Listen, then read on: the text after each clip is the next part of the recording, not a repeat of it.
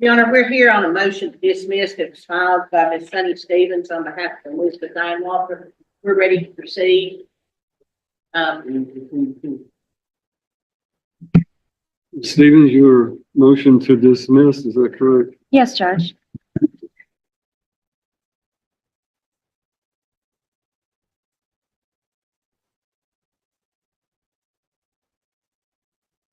But also, Judge, I don't remember if I filed the case law, and I don't know if Ms. Williams has a copy of that, but I have a copy. I'm not sure if Your Honor has it. I don't recall if I filed that or not. I believe I did, Judge. But if not, I have a copy of that for everyone.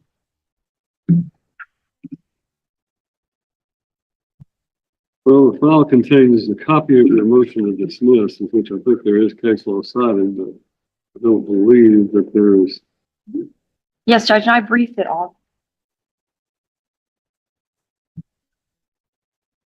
And I believe that was filed, Your Honor, the brief, but perhaps the law was not. Okay, pause right here. This is where things get legally explosive. The attorney is arguing that because the husband died before the property division was finalized, the entire divorce case might collapse. That's huge.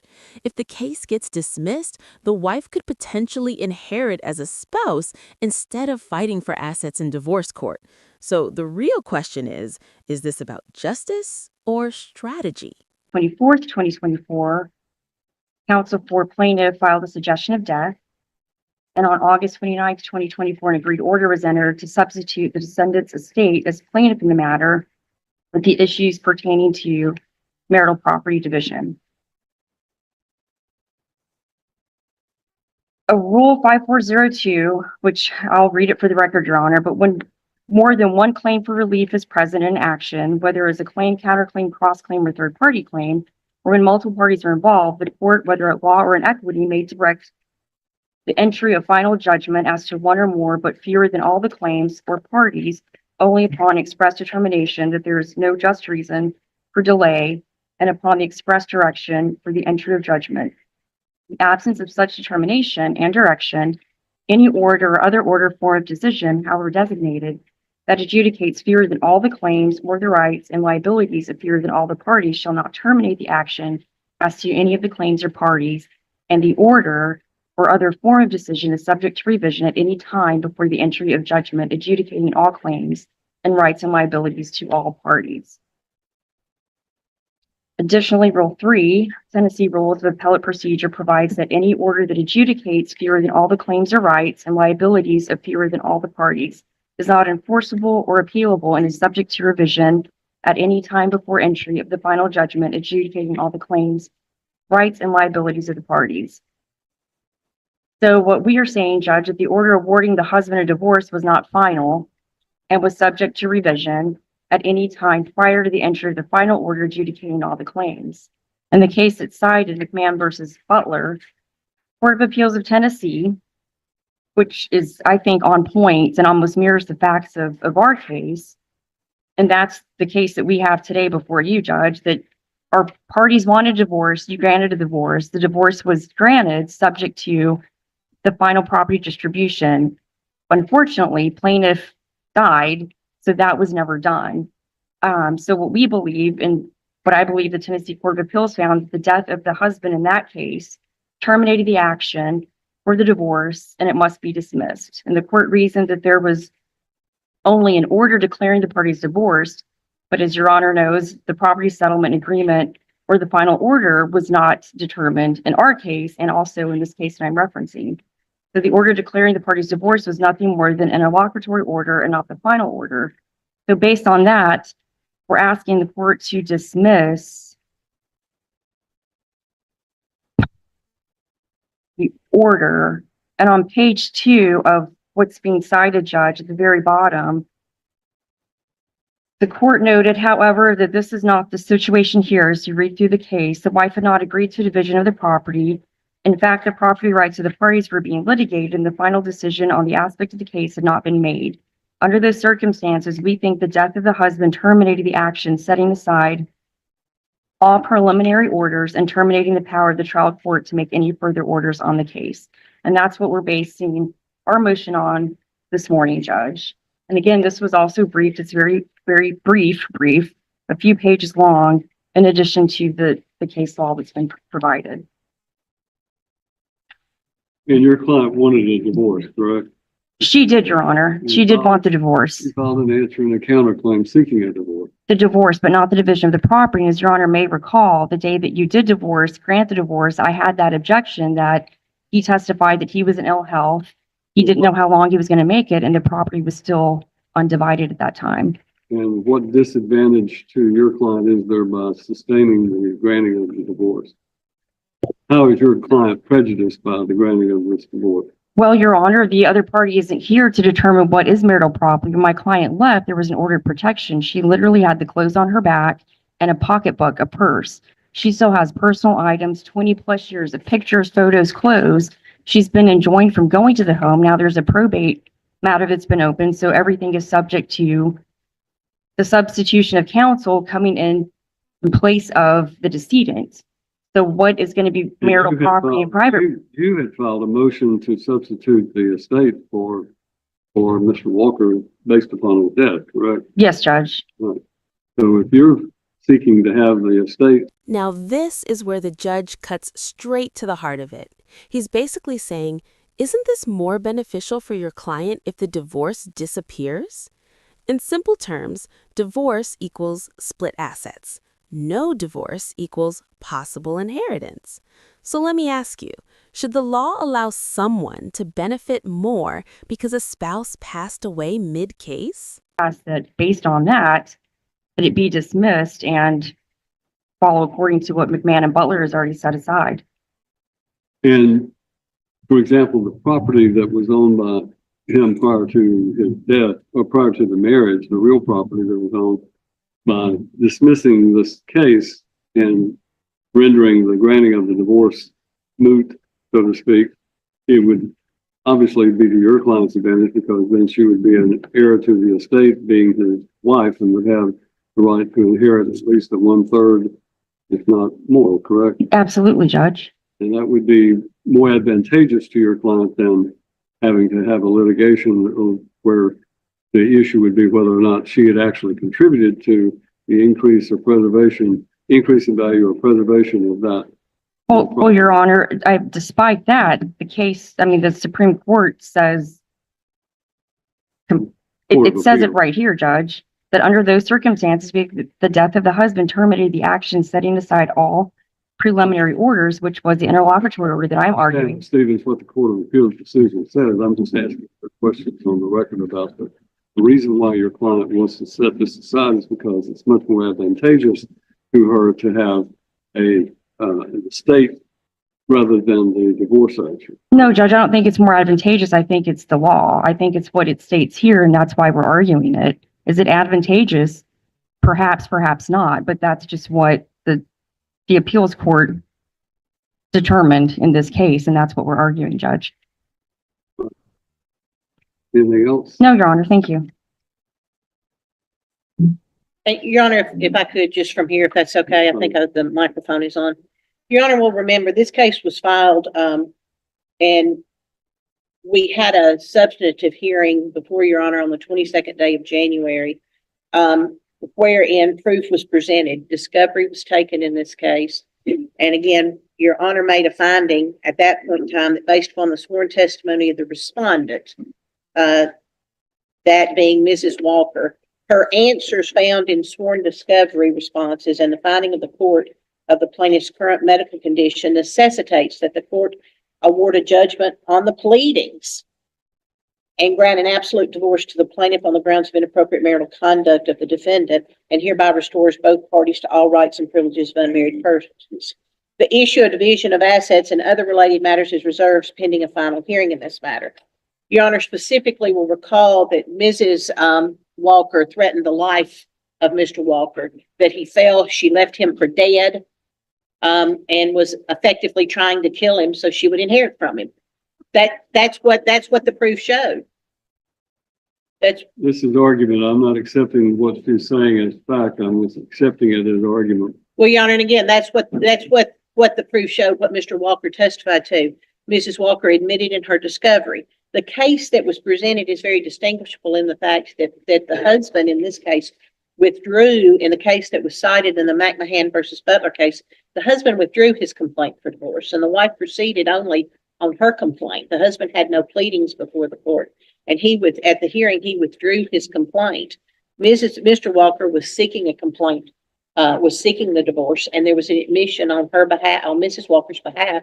And Your Honor found an order of protection was necessary in this case, extended the order of protection that had previously been issued in this court, and found that she was a credible threat of harm to Mr. Walker.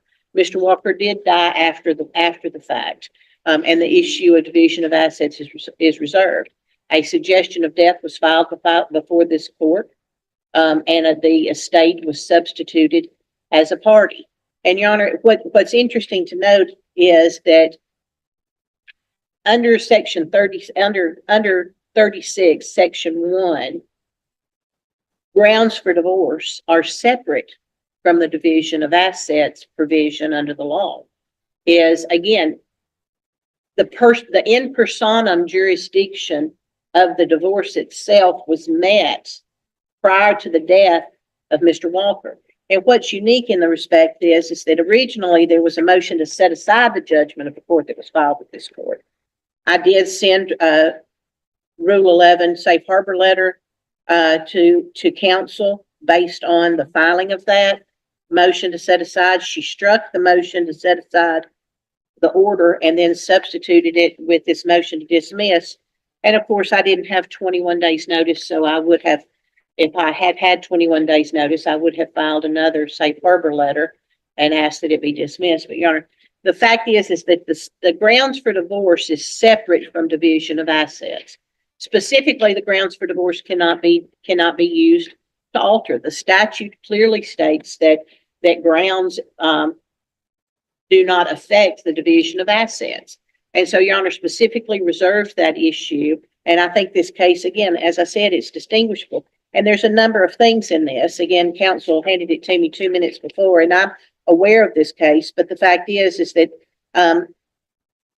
each case is unique. This court has the authority, based on the circumstances, to grant a divorce prior to the division of assets. And this case is one that is paramount to that because Mr. Walker was the victim of domestic violence. And that heightens the level of that he needed to be protected from the defendant. And now the defendant comes before this court already admitting that she was a credible threat of harm to her now deceased, to Mr. Walker, and seeks to set that aside and financially benefit from her own ill treatment. And again, the specific finding of the court was to protect Mr. Walker. He was frail. He was terminal at the time. And this was all before the court in January of this year when the court was granting the divorce. And I think it's a unique set of circumstances. And again, it doesn't apply. This case does not apply because the unique set of circumstances in this Walker case was you were doing it for the protection of the plaintiff, Mr. Walker, due to the ill treatment and the threat of credible harm of Mrs. Walker to him. And again, the issue of division of assets is still there. And again, they have filed in the estate case. Mrs. Walker has filed a claim in the estate case. But she cannot be treated as his spouse. Because again, the order was entered. She could have taken an interlocutory appeal from that order. She did not. She filed a motion to set aside, abandoned that. And again, the unique set of circumstances in there and the finding within the statute that there's no corollary, there's nothing in Title 36 that requires this court to reserve the issue of granting of a divorce until a property division is made. Stevens? From what I'm hearing, it sounds like an order of protection is now a divorce decree. There was an order of protection in place prohibiting my client from going to the marital residence. It sounds like that Ms. Jennifer's using the divorce decree as a protective order for her deceased client, which is not the case. The divorce was granted.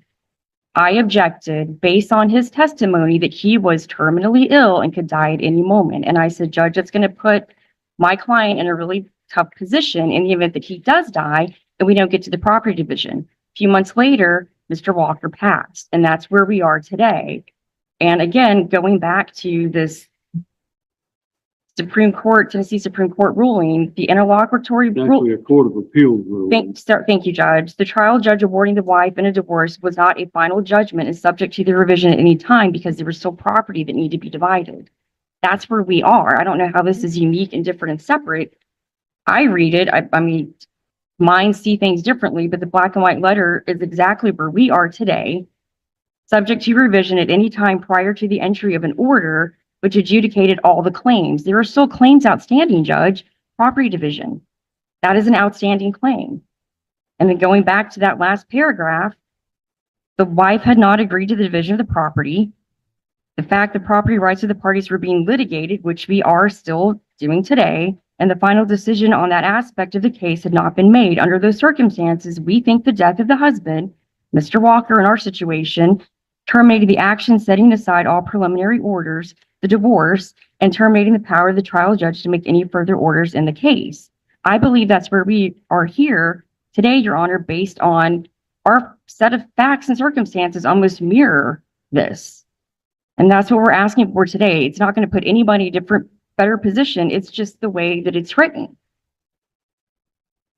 That's my argument, Judge. This is what I'm arguing, that we did want the divorce, but not under those circumstances. And the day we did object, and you asked me, Ms. Stevens, does your client want to be divorced? Yes, well then, so it is. And that's how it was. But I protested because he testified terminally ill. The order was in place prohibiting my client from engaging with him. The divorce decree didn't put the order of protection up. That's not what that's for. That's to separate the marriage, not for order of protection. That was already in place. She had already been removed from the marital home. The threat and harm was gone, the alleged threat and harm. Well, I'm going to take a recess and review this Yes, authority Judge. that you have. But in asking this question, you would agree that the statute says that the division of assets or property in a marriage is to be done without regard to fault, correct? Say that again, Your Honor. That the court must make an equitable division of the marital property without regard to fault. Yes, Judge. All right. So that being the case, your client, if we maintain this case and it continues on, the only issue that's left in this case is division of property, correct? That is the only issue, yes, Your Honor. If I dismiss this on your motion, then you're going to be in the estate case, and in the estate case, what are you going to be litigating? Well, I have a separate motion before Your Honor on that as well, objecting to the entry of the will. But my point is that if you litigate the estate case, then under that, you're still going to be litigating the issue of who owns what property. I can't answer that, Your Honor, because I have something pending before this court regarding the credibility of the will, so I can't answer that, Judge. Well, I'm going to take a recess and I'll take a look at this case law that you've got, and I'll come back and give you my. Thank you, Judge. And if I could, I think the question that you ask is very pointed. And again, under Rule 54, once we do the property division, again, all matters can be appealed at that point in time. I don't disagree with that. But again, this case that she has pointed out is, and I think it's very, in reading it, that you have to look at it. It talks about, however, our courts have recognized one exception to the broad rule announced, wherein death terminates a divorce case. And it goes and incites in the Vessel versus Vessel case where the divorce had been heard, everything had been done, but he died before the time limit was up. Then it goes on to state, there's another possible exception in Tennessee that has been recognized by our courts in an unreported case. So the court in its dicta is saying it's not an absolute rule. Twice they have done it. And then it goes on to state that under the Baggett case, and other cases cited, it does not mean by which one party to a divorce can use this is the important factor in Baggett. One party in a divorce cannot use the death of a former spouse, which he would be, to receive a more favorable property settlement. And it says that has been negotiated while the deceased was living. But again, that's the exact thing that she's trying to do. She's trying to get a more favorable property division because of the death, by the fact is that she has filed challenging a will that has been already admitted to probate and filing claims within the probate case, claiming that she is his current spouse. And again, that's the point. She's using this man's death as a means to get a favorable ruling in a property division. Ms. Stevens, it's your motion. I'll give you the last word if you want to say anything else. I didn't hear you. I'm sorry. I'm sorry, it's your motion. You have the final say if you want to add anything to what you said. Just reference exactly what I said before, Your Honor. It's not a favorable or less favorable. It's just the case law that I found that mirrors my client's position, and I want to bring that before your court. All right. Thank you, John. Take a recess and come back and give you more. All right. All right, I'm back on the record in the Donald Howard Walker versus Elizabeth Diane Walker. And I want to make a few findings on the record before I tell you what I intend to do in this case. Number one, there was an order of protection that was filed in this case by Donald Walker. I believe it looks like it was filed in July of 2023 in general sessions and then transferred to this court because of a pending divorce. And that petition for order of protection sets forth under oath the following grounds for the order of protection. Diane was mad and has been depressed. Diane told me she was going to kill me and anyone affiliated with me. Number two, Diane told me she wanted me dead so that she could have all of our money. Number three, took the safe key that has guns and important paperwork. And I had my medication, hid my medication from me. Diane has a family history of mental illness, and it goes on as that. And an order of protection was then heard by this court on the 22nd day of January 2024 by me. And this court made the following findings. Upon the testimony of both the defendant, Elizabeth Diane Walker, and the plaintiff, Donald Howard Walker, exhibits presented and review of the pleading, the court finds that the defendant, Elizabeth Diane Walker, presents a credible threat to the plaintiff, Donald Howard Walker, and has made statements threatening the plaintiff's life. Further, from the proof offered, the plaintiff owned the home where the parties resided prior to their marriage, and due to several health issues, he should be awarded the exclusive possession. Additionally, the defendant, through her testimony, did not present sufficient evidence to establish a need for spousal support, nor did she establish that the plaintiff had an ability to pay. Then it went on to say that an order of protection would issue against the defendant, and she would not abuse or threaten or to abuse the plaintiff, the petitioner, Donald Howard Walker, not to stalk or threaten to stalk and so forth. And went on talking about all of the limitations as imposed under an order of protection. Then it went on in paragraph 2 of that order. It is ordered, adjudged, and decreed that based upon the sworn testimony of the respondent for admission found in sworn discovery responses, and the finding of the court that the plaintiff's current medical condition necessitates, the court awarded a judgment on the pleadings and grants an absolute divorce to the plaintiff on the grounds of inappropriate marital conduct of the defendant, and hereby restores both parties to all rights and privileges of unmarried persons. The issue of division of assets and other related matters is reserved pending a final hearing in this court. That was the order of the court that was entered. And then what I have before me is a motion to essentially vacate that order and dismiss this case based solely upon the fact that the plaintiff is now deceased. I have reviewed the McMahon versus Butler case that was cited. It is a 1986 decision of the Court of Appeals, and it is an unreported case as far as I can tell from this. And therefore, unreported cases are not necessarily persuasive of the court, or controlling, for the court. They are instructive. But as was pointed out, there are several exceptions to this general rule about the death of a party in a divorce case being grounds for the dismissal of any temporary order. Number one, Rule 54 does provide, as has been quoted, that there is a provision for an order to be entered, but it also allows that upon an express direction of the entry of a judgment where there is no just reason for a delay, in the absence of such determination, direction, any order that in any other form of decision, however designated, that adjudicate fewer than all claims or rights, liabilities of fewer than all the parties shall not terminate the action as to any claims of the parties, and the order or other form of decision is subject to revision at any time for the entry of the judgment adjudicating all the claims, rights, and responsibilities of the parties, liabilities of the parties.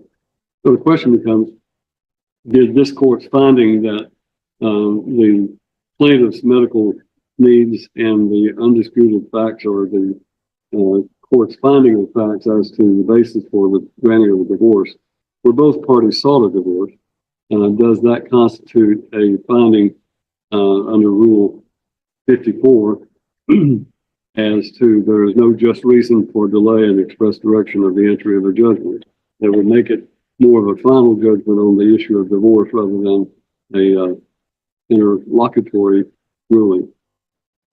The court is of the opinion, too, that there is a need for further investigation as to the state of the law in the state of Tennessee, rather than, I don't dispute that the Stevens have produced this case, but I'm also not convinced that there might not be some other authorities. So I'm going to take this matter under advisement so that I can further investigate it and apply the law to these particular facts of this case. But I'm going to also allow both parties 30 days in which you may file any additional authority, research, authority, case law, or anything else. You'll have 30 days to file that with the court, and then thereafter I will make my ruling. Let's go ahead and set it for